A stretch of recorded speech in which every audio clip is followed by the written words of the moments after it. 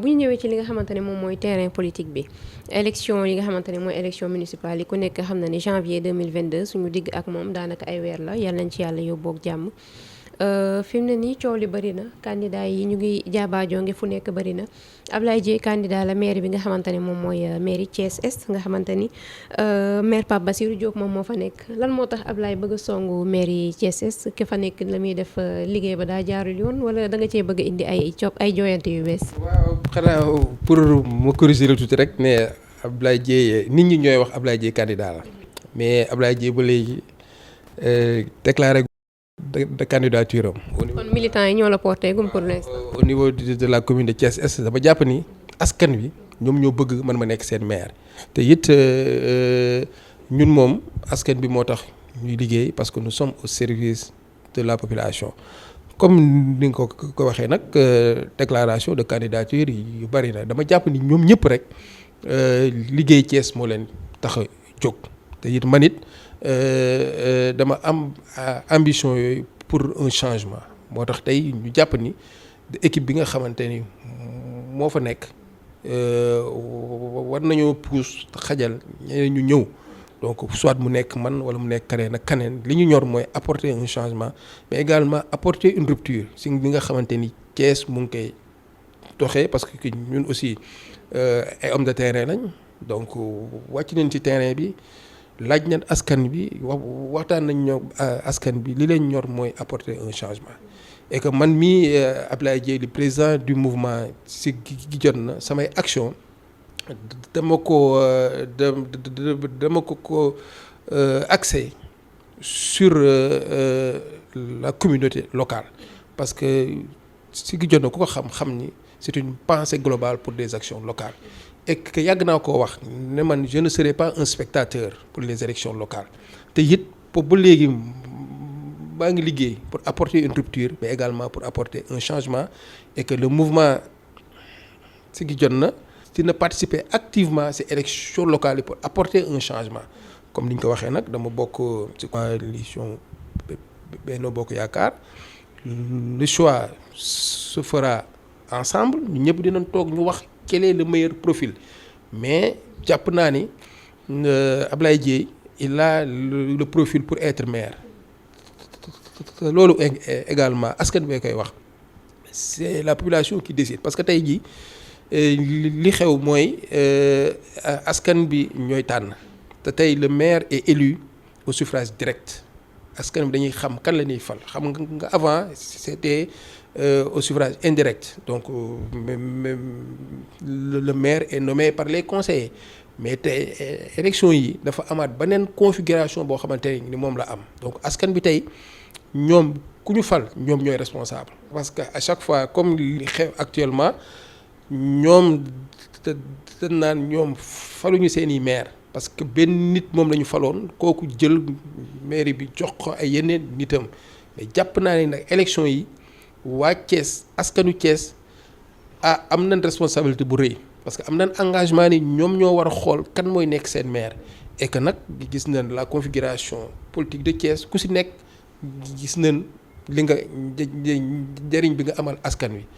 te jàpp naa ni ñun ñoo ngi liggéey bu boo xamante ni tey askan wi si boppam ñoom ñooy porter seen choix ci suñu personne mais ñun ba léegi tooguñu fenn déclarer suñu candidature mais jàpp nañ ni lu population bi wax nag loolu moom la ñuy jëfee parce que askan bi dañuy jaamu. c'est bon à préciser Ablaye moo comme ni mu ko waxee askan wi ñoom ñoo daal di rek yëkkati ko ni ko yow lañ bëgg nga nekk suñu candidat mais tey jii li nga xamante ni moom mooy élection yi la ku nekk xam na ni coppite gu ndaw da cee am coppite gu mag sax laay wax parce que ça change tout muy coalition bu bees bi nga xamante ni moom la gars yi duppee Mburoog Sow tey jii li nga xamante ni moom la ñu wax mooy nañu tànn candidat idéal bi nga xamante ni ñu waxtaan seen biir président de la république Macky Sall loolu la wax nee na ngeen waxtaan seen biir ba daal di rek juboo ngeen trouver candidat idéal bi mais juboo bi dafa mel ni Mburoog Sow bi ci kaw rek la yam homogénéité bi nga xamante ni ñoo ngi koy wax réellement amul ci biir ndax gars yi ay xiiroog ngaa yomb gi am ci suuf buñ demee ba ci egg ci élection yooyu la est-ce que tey choix idéal candidat boobu ñuy wax bu fekkee ku nekk day fëgg sa dënn bëgg ni may toog par force dina mën a nekk. waaw mais c'est normal parce que dans toute structure entité il y aura le choc des ambitions parce que ku si nekk boo jógee di def politique da nga bëgg a jiite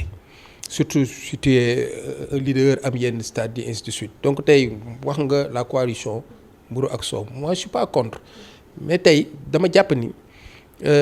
élection yi ñu jëm wax naa ko sànq ne askan bi ñooy tànn donc kenn du nangu kenn tànnal ñu suñuy tête de liste te it man de sama gis-gis ak sama discours démb moo nekk sama discours tey ba léegi je suis pour le changement dama ni équipe bi nga xamante ni ñoom ñoo fi nekk depuis 15 ans il faut qu'on change parce que aussi c'est le monde c'est le monde en changement il y a des mutations donc on peut pas à chaque fois jël les mêmes personnes jox leen suñu destiné localité donc Mburok Sow teex na trop mais loolu c'est au plus haut niveau entre le président Macky Sall et le président Idrissa Seck parce que ça vraiment ça nous réconforte nous tous parce que tey Thiès gis na ni am na stabilité politique amatul xiiroo amatul ŋaayoo te ku xam Ablaye Dieng xam ni loolu la mos a woote la fédération des forces l'union des cœurs si coalition bi nga xamante ni moom la ñu bokk tey nag choix dina mën a am parce que dañoo jëm ci élection yu sensible mais nag li ma gëm daal mooy il faut apporter un changement et que au moment de faire un choix ñu bàyyi xel askan wi mais également ñu bàyyi xel le meilleur profil yi nga xamante ni tey askan bee leen ñor yaakaar ne taxawee askan bi mais jàpp naa ni ñun ñi nga xamante ni ñoo bokk ci coalition benn doo bokk yaakaar ku ci nekk xam nga loo mën mais également ku ci nekk xam nga say limites mais jàpp naa ni au moment de faire un choix nañu teg ay critères yi nga xamante ni tey askan bee ñoo def seen choix si ñi nga xamante ni moom lay jox mais tey kenn du nangu aussi kenn du d'accord choix yi di jóge ci kaw di wàcc ci suuf choix yi kay dafa war a jóge ci base bi di yéeg ci kaw. li nga xamante ni moom mooy élection municipale yooyu ba tey ministre de l'intérieur li nga xamante ni moom mooy caution bi fixé na ko 15 millions gars yi ñu ngi wax ni loolu c'est juste un moyen pour éliminer les non alignés mooy seen xarit yi tey lan mooy ci sa lecture. waaw man de jàpp naa ni bon du ma mën ni bari na du mën ni bariwul mais aussi ce qui est important mooy ñoom lan moo tax ñu def loolu parce que dama jàpp ni aussi. élection aussi dafa bëri ay charges également donc tey war nañoo teg benn montant boo xamante ni aussi dinañ wàññi la prolifération des candidats aussi parce que aussi ku neex jóg ni man dama bëgg a nekk maire également aussi war nañoo xool yan critères di nekkee maire donc le montant bi ñu fixé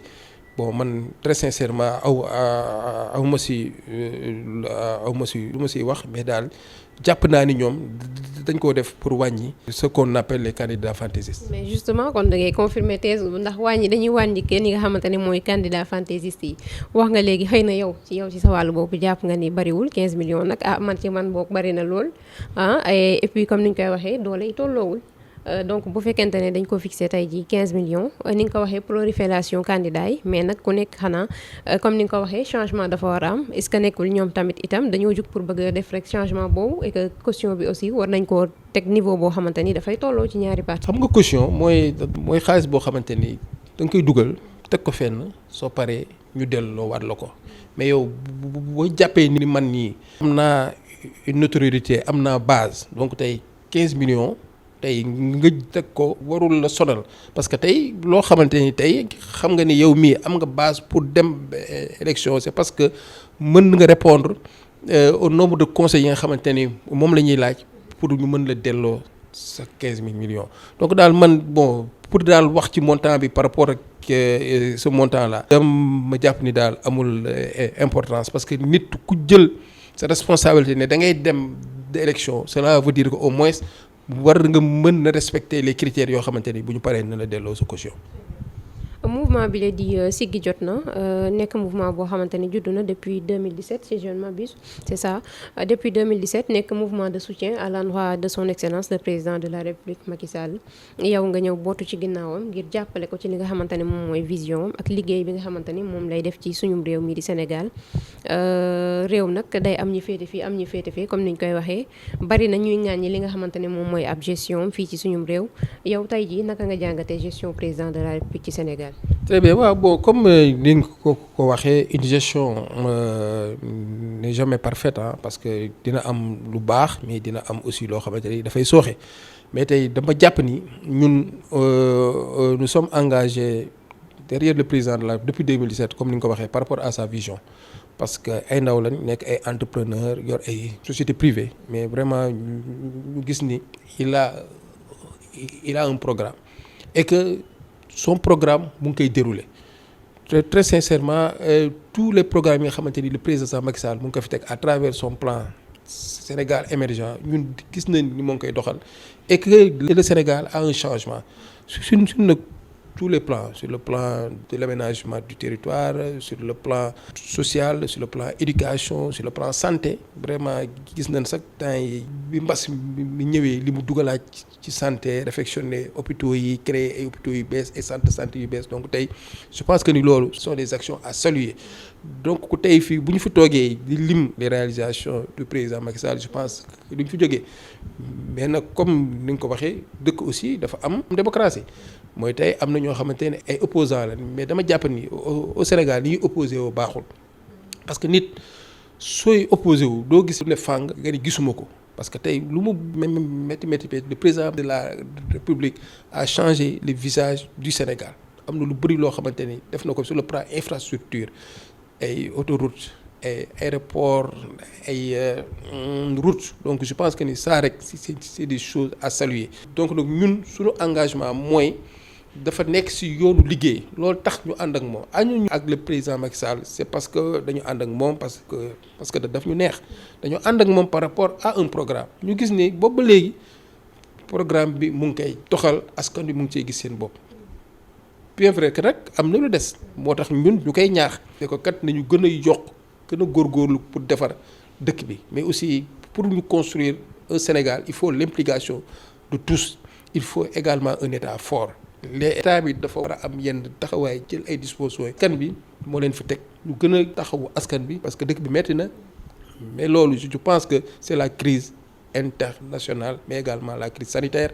donc nag ñun tey suñu engagement derrière le président de la République c'est parce que dafa nekk ci yoon te yoon boobu tant que mu ngi ci ñun ñu ngi ànd ak moom bu ci nekkul nag dinañ xool beneen taxawaay lañ bi ñuy am. président de la République dafa am programme ni nga ko waxee te mi ngi koy déroulé waaye nag wax nga sax say biir wax gestion boo gis dafa am fay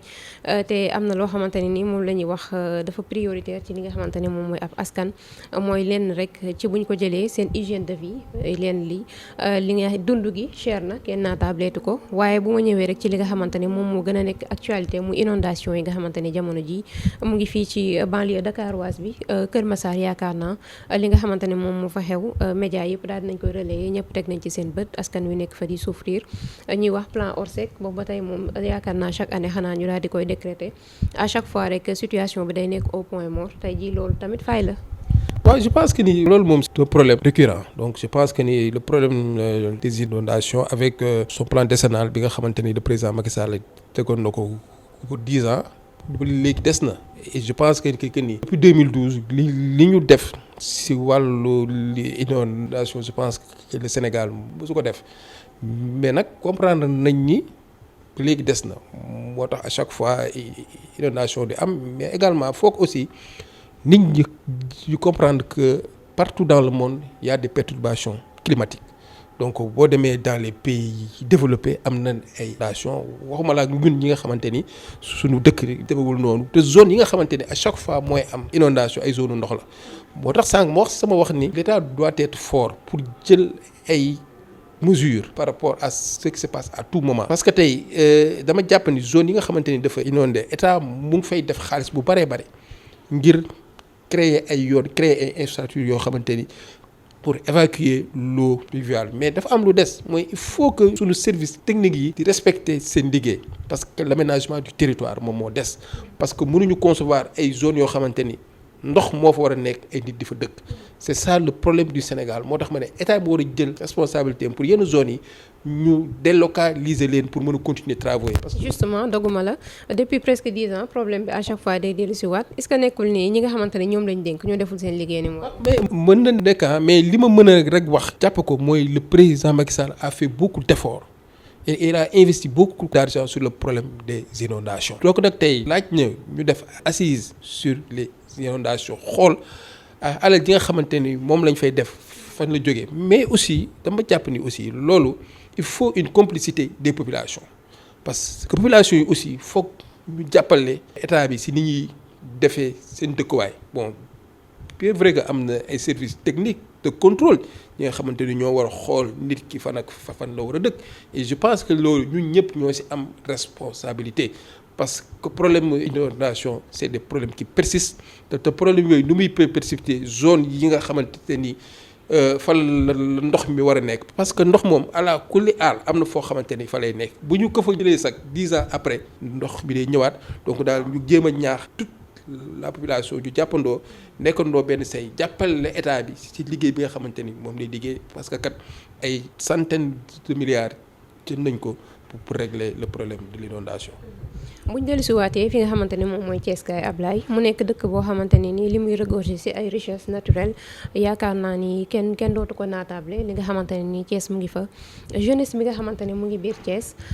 tey jii ñu gis li nga xamante ne moom mooy chemin de fer nekk loo xamante ni levier de développement bu mag la woon ci biir Thiès kaay tey jii mu taxaw xam naa ni sax bokk na ci lu bari loo xamante ni gàllankoor na ko ci li ñuy wax emploi waaye tey itam ñu gis ni Thiès dafa am beneen xar kanam muy lan dañu fa tabb ay ndombal ay ministre ñu ngi biir Thiès kaay ay directeurs généraux ak yeneen ak yenn ñoo xamante ni sax ñu ngi ci biir si coalition présidentielle bi Benno Bokk Yaakaar waaye li nga xamante ne moom la ñuy seetlu mooy Thiès dafa mel ni dafa taxaw rek benn place demul dikkul ndaw ñi li nga xamante ne moom lañ lay wax dañuy jàng ba yéeseen ay kayit toog dawal Jakarta li foofu la ñuy mujjee ak yeneen i secteur tey lan moo waral Thiès kaay mënul avancer développer malgré ñi nga xamante ne mooy personnes ya fa nekk yëpp ak ressources yi muy regorger. Très bien, je pense que ni li nga wax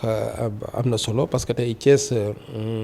le problème principal à Thiès c'est le problème de l'emploi surtout l'emploi des jeunes ndaw ñi jàng nañ ndaw ñi am nañ métier wante amuñu fu ñu xëyee amuñu fu ñu liggéey mais wax nga ko léegi nii ne Thiès dañ ko xamee woon ci chemin de fer donc chemin de fer nekk ko foo xamante ni tey li mu doon jël ci emploi dafa bari donc tey bu ñu demee ba chemin de fer taxaw donc loolu je pense que mooy la principale cause du manque d'emploi au niveau de Thiès. Je pense que ni loolu aussi suñu xel war na see dal. parce que la relance du chemin de fer est une préoccupation imminente du président de la République fu mu taxawee dina ko wax te kat gis nañ ni mu def ci ay jéego parce que tey gis nañ ni récemment les partenaires canadiens ñëw nañ pour la réfection des rails Dakar Bamako di wax ni rek état bi ñu gën a def fast track ci loolu parce que bu ñuy wax fast track à Thiès moom c'est le chemin de fer parce que ñun suñu préoccupation yëpp mooy chemin de fer taxaw parce que dëkk moom transport moo koy doxal surtout le transport ferroviaire parce que Thiès bi nga xamante ni chemin de fer mu ngi doon dox muy ndaw ñi muy jigéen ñi ñëpp amoon nañ emploi ñëpp amoon nañoo xëy donc malgré lañ fa fal ci ay ministres wala fee du ñoom ñoo joxe emploi il faut une industrialisation il faut des usines il faut des entreprises yi nga xamante ni ñooy installé yu Thiès pour que ndaw ñi mën a am fu ñu xëy te loolu ñun yaakaaruñu ko ludul ci la relance du chemin de fer di lancer waat un appel au président de la République mu gaawal ñu ko ndaxte loolu jëriñu d'abord jëriñu Sénégal la mais également jëriñu waa Thiès la parce que jigéen ñi ak ndaw ñëpp nañ seen bopp dëkk daal bu ñu bëggee mu dox dañuy créer ay emploi parce que gis nañ ni on a créé des structures des centres de métiers yi nga xamante ni ndaw ñi léegi à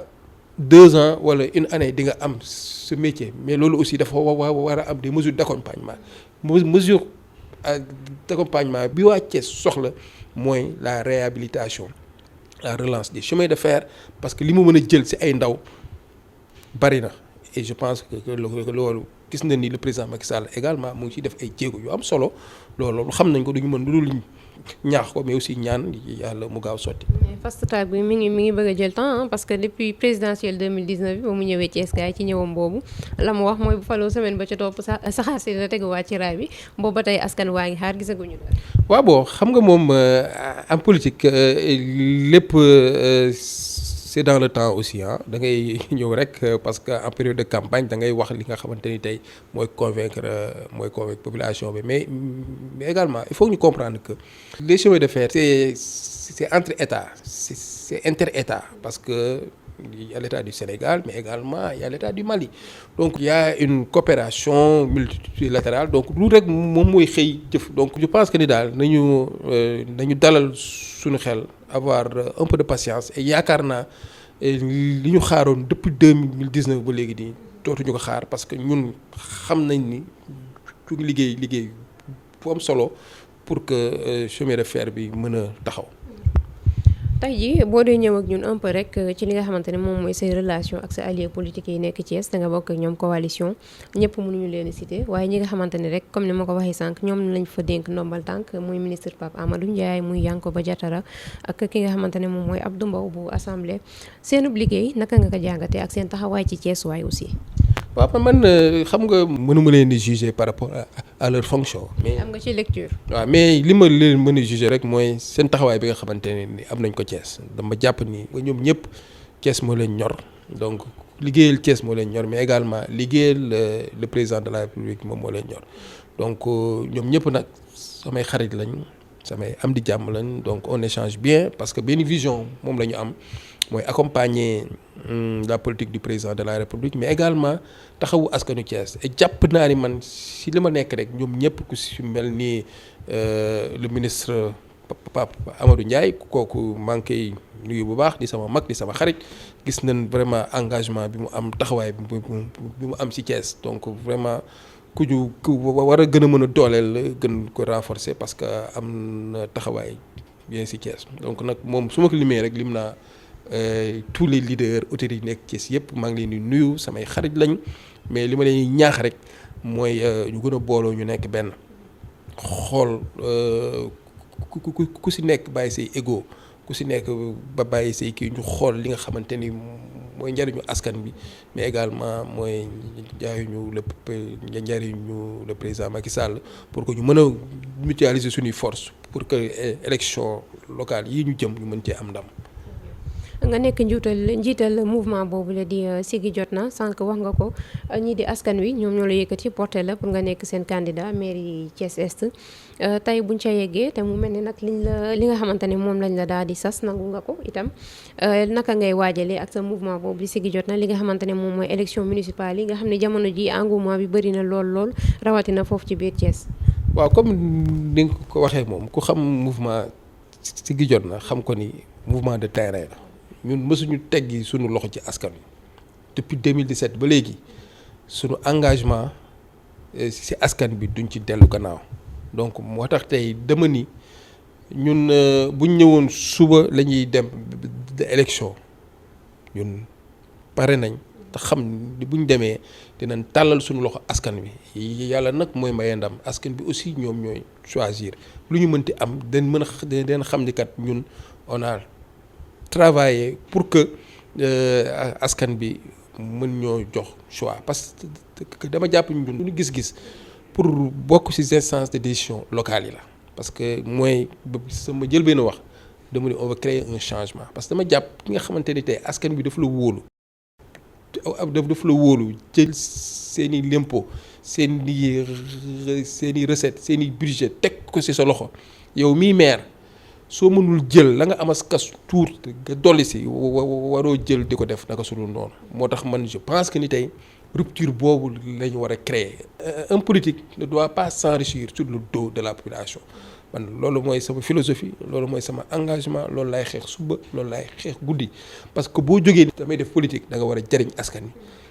mais waroo jariñoo askan bi moo tax le mouvement Siggi Jotna loolu mooy seen discours loolu mooy seen politique dem si askan bi boo waxtaan ak ñoom moo tax tey sunu engagement mooy faire partie des instances de décision locales pour changer d'abord la mentalité de gestion de nos collectivités territoriales xam ni maire yi du suuf bu ñuy séddoo maire entreprise la et une entreprise il faut un management il faut des partenaires il faut un capital humain fort et que ça jàpp naa ni ñun am nañ xam-xam boobu pour mën a apporter ce changement à Thiès. Justement da ngay wax ni sax li nga xamante ne nii moom mooy Ablaye Dieye boo ko déggee muy wax li muy wax mooy siggi jot na pensée globale pour une action locale muy toujours indi apporter un changement ci li nga xamante ne moom mooy gestion yi suñu ay commune tey jii bu la yàlla tegoon ci boppu maire bi nga xamante ni yaa ngi koy wut wala boog askan wi porté nañ la pour nga wut ko tey jii lan la ñu Ablaye Dieye mën a décliner en terme de vision loo xamante ne nii Thiès waaye bis buñ ci jotee Thiès dina am benn xar kanam bu bees. waaw comme ni nga ko waxee rek nit ki soo taxawee nii dama indi changement da nga fay indi nga teg fa dara donc vraiment pour l'instant on est en train de travailler sur un programme mais comme nag yegguñu foofu du ñu mën a dévoiler di nga xamante ni tey moom lañ ñuy proposer askan bi. mais élection ñëw na ba pare xanaa di ñu ci jox sax yenn axes yi nga xamante ne moo ci gën. waaw mais élection yi ñëw na mais comme ni ma ko waxee tout au début dama bokk ci coalition damay xaar investiture donc bés bu ñu investir nag boobaa di ngeen xam Ablaye Dieye changement bi nga xamante ni moom la bëggee indil Thiès na leen tegal un programme sûr et fiable parce que tey dama jàpp ni comme ni ma ko waxee gérer une mairie c'est gérer une entreprise il faut des stratégies da ngay teg benn plan de stratégie parce que tey Thiès lu bëri dañ jàpp ni Thiès amul ay ressources mais ressource administrative bi nga xamante ni rek moo nekk Thiès soo ko évaluer romb mën na budget bi nga xamante ni moom la ñuy voter Thiès les ressources minières yi nga xamante ni moo nekk Thiès je pense que ni commune bu si nekk war na si mën na bénéficier wu pour que nga delloo waat ko ci askan bi donc daal je pense que y a tout un tas de programmes et de vision boo xamante ni am nañ ko si les Thiessois nous fait confiance donc incha allah dinañ gis beneen xar-xar kanam bu bees fii ak 5 ans. incha allah ñu ngi koy xaar bu baax a baax mu nekkoon ki nga xamante ne moom mooy Ablaye Dieye nekk président mouvement bi léegi di Siggi Jot nañu sekkoon ak moom waxtaan bi nga xamante ne ni macha allah am na solo Ablaye dama lay bàyyi nga wax li nga xamante ne moom mooy sa dernier mot à l'endroit de Thiessois yi nga xamante ne ñoom ñu seetaan waaye itam sénégalais yi nga xamante ne jamono ji ñu ngi ñuy bàyyi xel. waaw Rokhaya maa ngi kontaan trop ci émission bi vraiment di la sant di la gërëm ci question yi nga xamante ni moom nga posé mais aussi ci occasion bi nga ma jox. ma wax ak waa Thiès donc di leen remercier di leen ñaanal yàlla seen liggéey yàlla na gën a dox di wax ni rek waa Thiès seen frère de Ablaye Dieye mu ngi leen jox rendez-vous pour un changement mais wax ni Thiès nañu choisir le candidat utile du ma ne nag le candidat utile c'est Ablaye Dieye mais aussi Thiès am nañ seen bët ngir xool maa ngi nuyu Thiès waa yëpp di leen sant di leen gërëm asalaamaaleykum wa rahmatullah. rendez-vous est pris kon mbokk internet yi ñu leen di jaajëfal bu baax a baax di ko jaajëfal moom itam ci dalal bi ñu dalal ñu doon amal ak moom émission bi nga xamante ne macha allah am na solo dig daje bi beneen yoon lay doon incha allah ak beneen daanaan ñu fas yéene waxtaan ak moom ci langue politique gi ci biir Thiès kaay jaa ngeen def.